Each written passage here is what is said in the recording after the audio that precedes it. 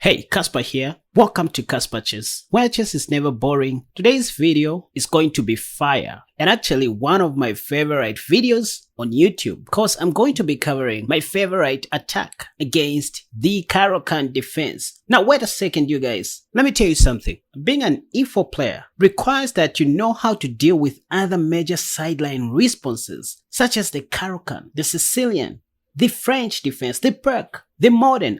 If you feel lazy to study these, then I can tell you what, you are wasting your time with chess. E4, yes, not every one of your opponents is going to respond with E5. In fact, club level players like playing solid defenses such as the Caro-Kann just to bore you to death and to test your patience. So against the Caro-Kann, what I recommend doing in this video is playing knight to f3 on move 2. And just like in the French defense, you will always see Caro-Kann players responding with d5 on the second move, because what else? So here I recommend you just go knight c3, and this is what we call the two knights attack. Now this is our starting position of interest. From here, bishop g4 is the top played move in the Masters Database. That's what people play in over-the-board games. But on Lichess, d takes e4 is by far the top played move. At least that's what most people play in Blitz, which is what we are going to start with. D takes e4. Well, after this move, I suggest that you immediately take back that pawn with your queen's knight, and the move that you're going to see here by far is knight to f6, both in the Masters and the Lichess Database. After which I recommend you just take that poor knight, opening up the position, right? So this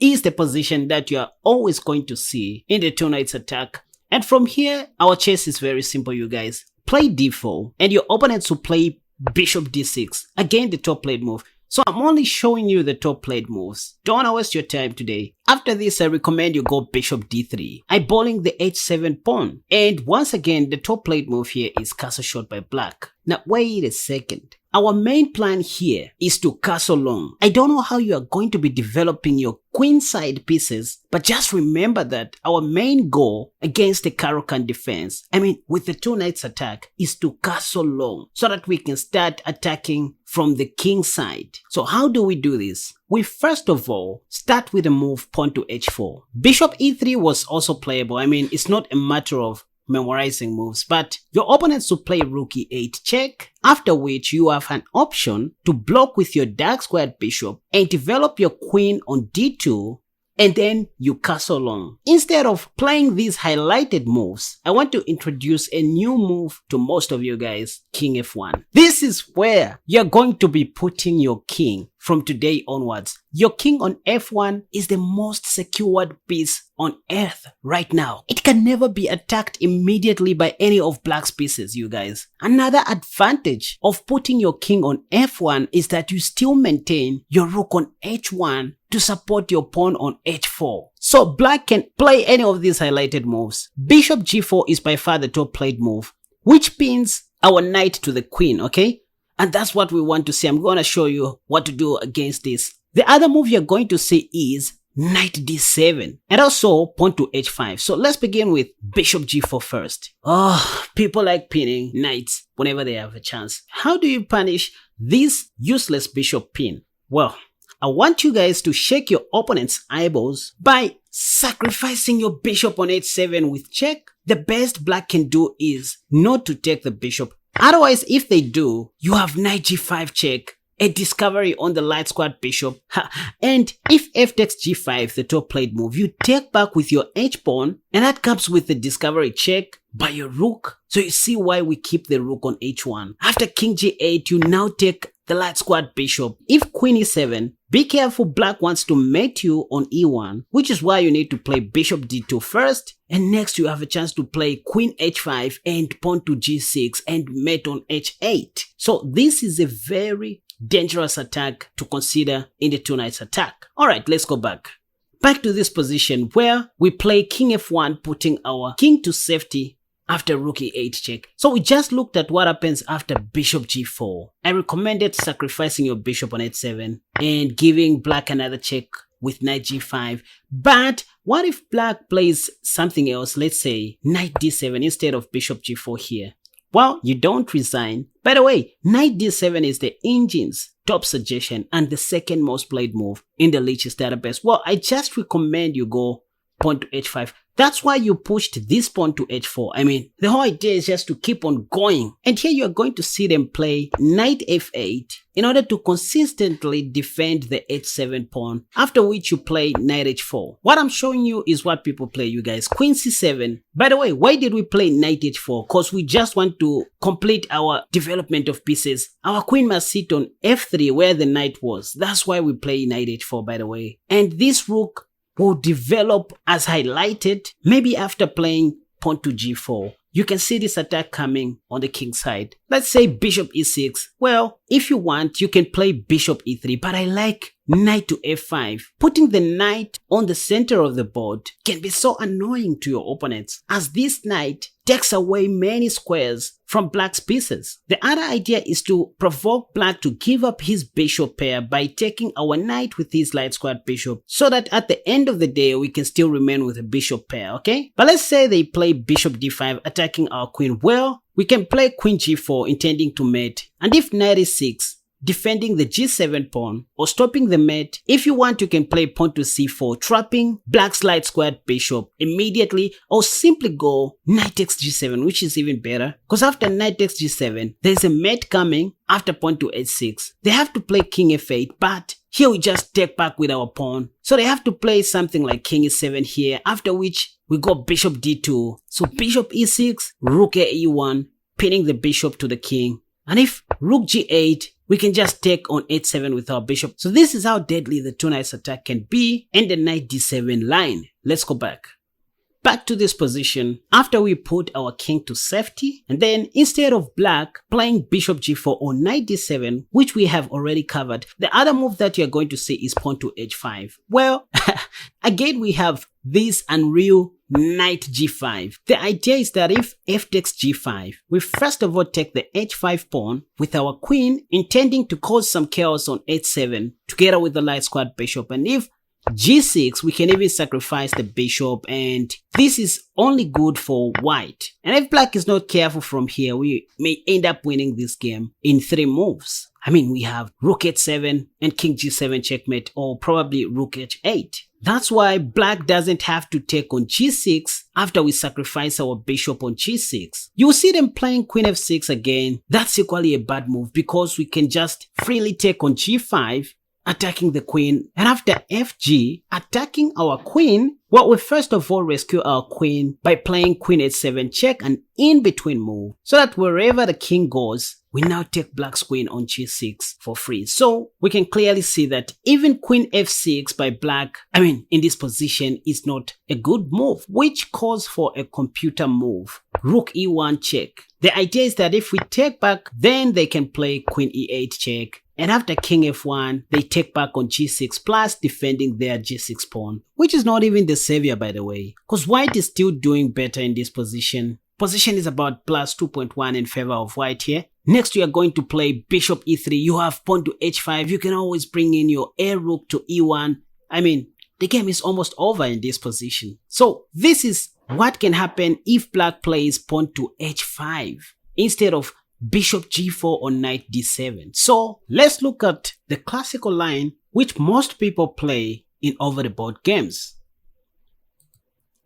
So again, after e4, c6, knight f3, pawn to d5, the two knights attack, instead of d takes e4, which is the top played move in the Lichess database, you are going to see most of your opponents playing the immediate bishop g4, which is the top played move in the Masters database. This is what you are going to see most of your opponents playing in tournaments. I recommend the move e takes d5, after which black is going to take with a c pawn, and then you go knight e5, attacking the light squared bishop. Oh, that hangs your queen on d1. Yep, because we have bishop b5 check. And if knight d7 by black, we can simply take that knight as well with check, and black will be forced to give up his queen. Because they cannot give up their elbow to save the game. But anyways, black doesn't have to play knight d7 here to block the check.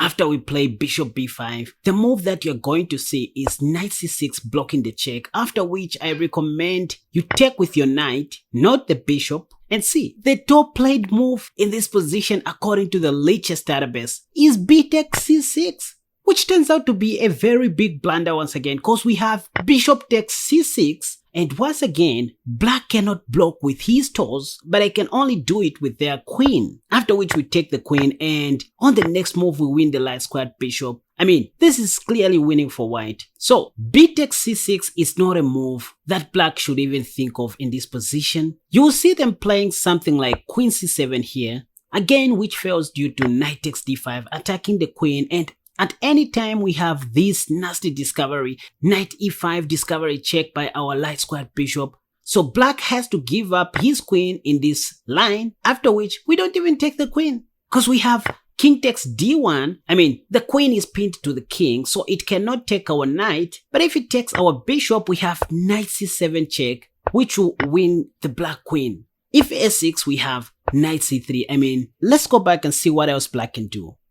So instead of b takes c6, which is the top played move, or queen c7, what if black plays queen d6? Well, this is equally bad because of knight e5 discovery check, and after king d8, well, we have knight takes f7, a family fork, and we'll end up capturing the queen on d6. So queen d6 is equally a bad move. So after knight takes c6, the best black can do is to play queen b6. And in this line, you as white, you need to be prepared to play the rest of the game without a queen. That's one downfall, but you're still going to have a good game. One possible line may go as follows: knight e5 discovery check, and after king d8, you take the f7 pawn with check and also threatening to take the rook next.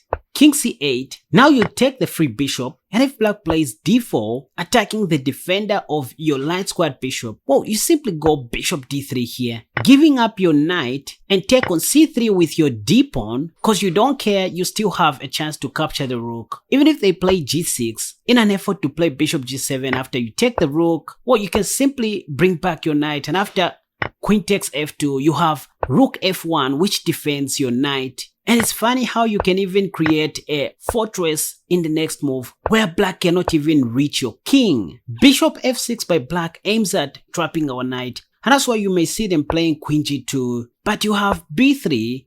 If queen d5, you have bishop c4 defending your knight. And let's say king d7, black wants to win your knight with his rook, so you go rook e1, trying to rescue your knight.